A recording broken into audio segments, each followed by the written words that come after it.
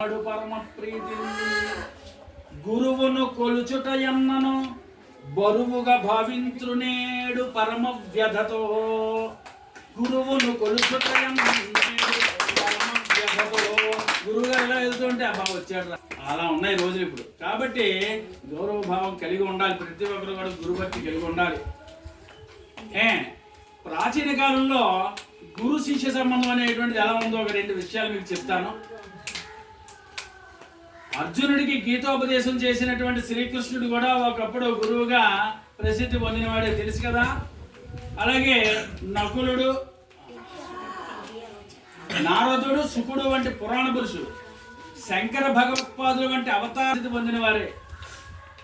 సందీప వర్యుని చల్లని నీడలో శ్రీకృష్ణ పరమాత్మ శిష్యుడయ్యే ఇనవంశ సోముండు యభరాజగమనుండు కూర్మి వశిష్ఠుల కొలిచినాడు.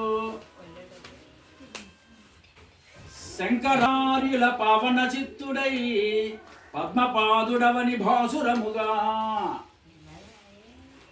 బాల ప్రహ్లాదుండు భాషించనే రీతి చండామార్కుల వారి చాతుడయ్యే వినయ మార్గమందు విద్యలు గరపిన కీర్తి పొందవచ్చు క్రమముగాను శాంతి సత్య ధర్మ కాంతి మార్గమునందు నడుపు పరమ గురువు నమ్మకముగా.